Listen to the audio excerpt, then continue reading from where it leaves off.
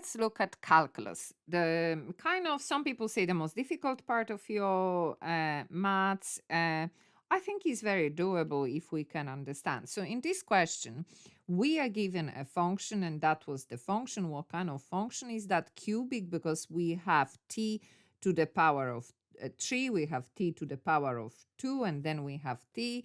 Basically here we understand x is not x is t, y is not y is p. Just different letters, same stuff.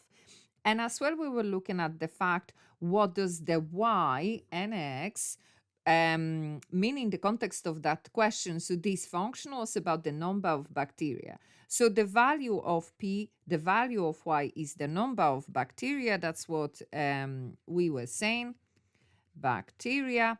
And then we had t is time in hours. So what does that mean in the context of this question? Then in place of t, place of x, we're going to be putting number. Oh, I'm missing number of hours. Just fix that problem. Number of hours. That's the independent variable here. Now, what are the stuff that very often happen in your question that has to do with function? Table and a graph, and we were doing that in the first part. And now we are looking at the second part. Second most common thing will be calculus, meaning creating derivative. And that's what we need to do in this part. Find what, and what does that description mean? That description means derivative of pt. And then they are reminding us that, oh yeah, by the way, that's the function. So how do we create a derivative? How do we differentiate? First of all, we have to understand that each item is differentiated separately. How do I know how to identify the item? The items will be divided by pluses and minuses. So that's one item, that's the second one, that's the third, that's the fourth. And how do we create that change? Well, for calculus in our table, in our maths table, let's open that page 25. Here it is. Our formula is that very first one that we will be using it. How does it work? Let's just take that formula here, and they're saying that whatever power you have here, that number will go in front, and then that power will be -1. That's basically what that formula means. Now, what that formula doesn't tell you what happens when you have a number. Like here, if there is a number here standing in front of x, what happens with that number? It crosses over, will be as well here in our derivative.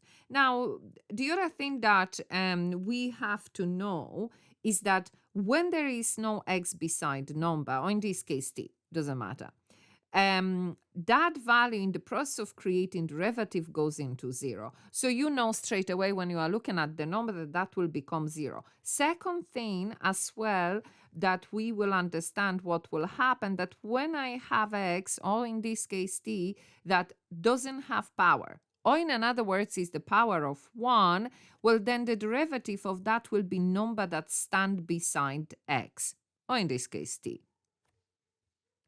So really we are only applying this formula to situation when we have a specific power. And in your case, you're going to be having either power of 2 or power of 3, and that's it.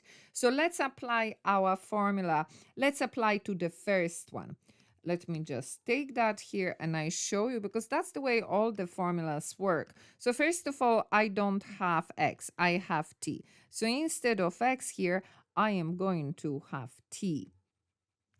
Then the power that we have here is 3. So my value of n here is 3. So if I put 3 in this place, that means I am going to have 3. And then I'm going to have 3 here, because always remember, in your formulas, letter represent the same number. So there it is. Let me remove that. So you can see that that 3 went in front of t, and then power is -1.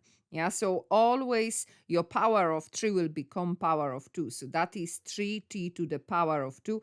That will be the derivative of this item, 3t to the power of 2. And then the next one, let's use that let's use that formula again. So we know that is my t, not x. The power this time is 2, so I'm going to have 2 here. So that means that will be 2 minus 1, and I'm going to have 2 here. And then that's what I'm saying. That number that stands in front, minus 6, it crosses over to the other side. So I have minus 6 here, multiply. So again, oh, that's not what I wanted to do. Let's remove our formula. So that's what we have. So we have minus 6 multiplied by 2. So that will be what? Minus 12. And then t, 2 minus 1 will be power of 1. So that means that derivative of that next item is minus 12t. Yeah, so like I'm saying, not really that complex as you can see. So let's write our derivative. Let's put it together. So that is that, like we said, changes to 3t to the power of 2. That will change to minus 12t, and that derivative of that will be just 6. Not that really complex. And that's what I'm saying. Always the only thing you're going to have, power of 3 will come down to power of 2. Power of 2 will come down to the power of 1. And power of 1 basically comes down to 0. And any number taken to the power of 0 will equal 1. That's the reason why it is 6. Because if I have 6 multiplied by t to the power of 0, and it doesn't matter what the value of t is, once it is taken to the power of 0 is 1. That means I have 6 multiplied by 1. That means I have 6. That's the reason why here it's just that number that stands beside t. Okay, let's have a look at next part. So part 4 is saying find the value of. I have to understand that in order to do any calculation, isn't it? I have to understand what I am reading. So what does that mean? So don't forget, usually in bracket we have what? X, or in this case t. Okay, but now we don't have that, we have 2. That means they are telling us t is equal to. Okay, that's the first thing to know. Second thing to know, again, let's have a look at our derivative because it's referring to derivative here. Again, let's remember it's about x or t and y, or in this case p. Okay, so it's always about that. So usually in your question, always remember, if they are looking for x, they have given you y, or if they are looking for y, they have given you x. Here, they gave us the x, and therefore they are looking for y. That's basically what it means, because all of that can be written as in the form that we seen and understand from junior cert. Right? It can be written as the same thing. It's just we are saying, well, we normally know that as x and we normally know that as y. So that's what it is. So what they are saying here in words, this is find value of derivative, and value of derivative, which is value of the function, because derivative is a function, is always value of y. So they are saying basically find the value of y when x is equal to. So what do? Since they gave us this value here, we'll replace that with 2. We put it in our calculator, press equal, and we have our answer. So we are seeing value of derivative when t is equal to will be 3 multiplied by 2 to the power of 2 minus 12 multiply again by 2 and then plus 6, and we put that in our calculator and we are getting minus 6. That's the value of derivative when t is equal to, basically. Okay, let's have a look at the last part here. And the last one is giving us a equation. I have to understand that. I have to understand those emojis. I've told you maths is like language. It's like emojis. It's just mathematical. Explain what this means in terms of the number of bacteria. So I need to understand that. So again, I'm saying, what does that mean? That is referring to derivative, and 4 here in the bracket is referring to the value of x. So we are saying value of derivative when x is equal 4 or t, doesn't matter. This is, we are saying it to ourselves. I'm writing it so that we understand. That's not yet the answer. Is what? Is, because equal sign means is, 6. Or in other words, when x is 4, y is 6. Okay, that's in other words. Okay, now we have to explain that in the context of this question, because in the context of the number of bacteria. So what was this question about? Let's have a look at the very beginning.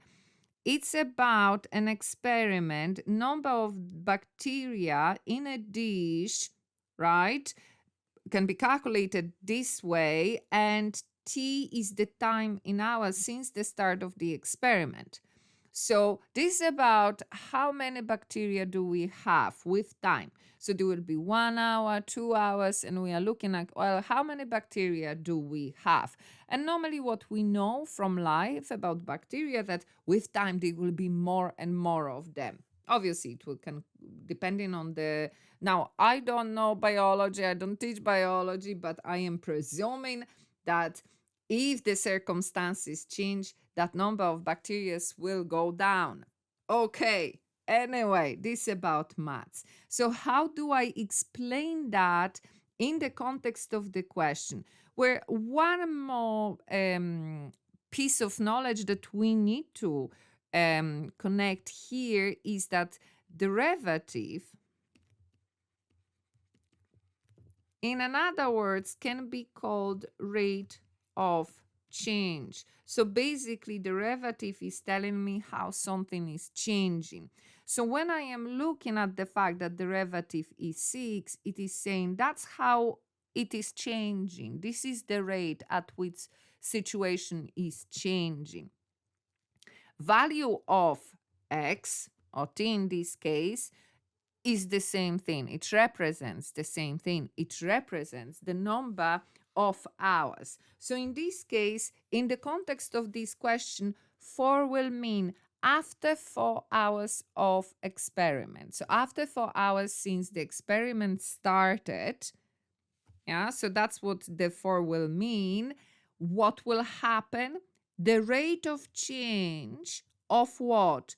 Number of bacteria is 6. Yeah? And we can add that it is growing at the rate of 6. Is growing, why? Because this value is positive. Now, this is another piece of knowledge. If derivative is a positive number, so plus number, we are saying increasing, growing. If that derivative, the value of that derivative is negative number, we will say decreasing. I don't know, shrinking. I don't know what will be the opposite of growing. But we get the idea. So pieces of information that I need to connect here. Calling the derivative rate of change. Referring x always means the same. It means the same value that was in the main function. So in this case, number of hours. So we are referring to 4 being number of hours in this experiment. And the value of derivative, meaning the value of the rate of change, is 6. And we can say that because it is positive value, we can say it's growing at the rate of 6, the number of bacteria. Yeah. We have to understand stuff like that. Why? Because there is a really good number of points to gain once we have all those elements. Once we mention rate of change, that this is a rate of change of number of bacteria, that it is positive, that it is growing, that is at the value of 6, that we refer to that value of 4 as the number of hours in this particular question, yeah? And that way we're going to get, in this case, that was 10 points out of 50. So that was a lot of points, 20%, if you were able to give that explanation. And remember, no calculation, just understanding will score you that.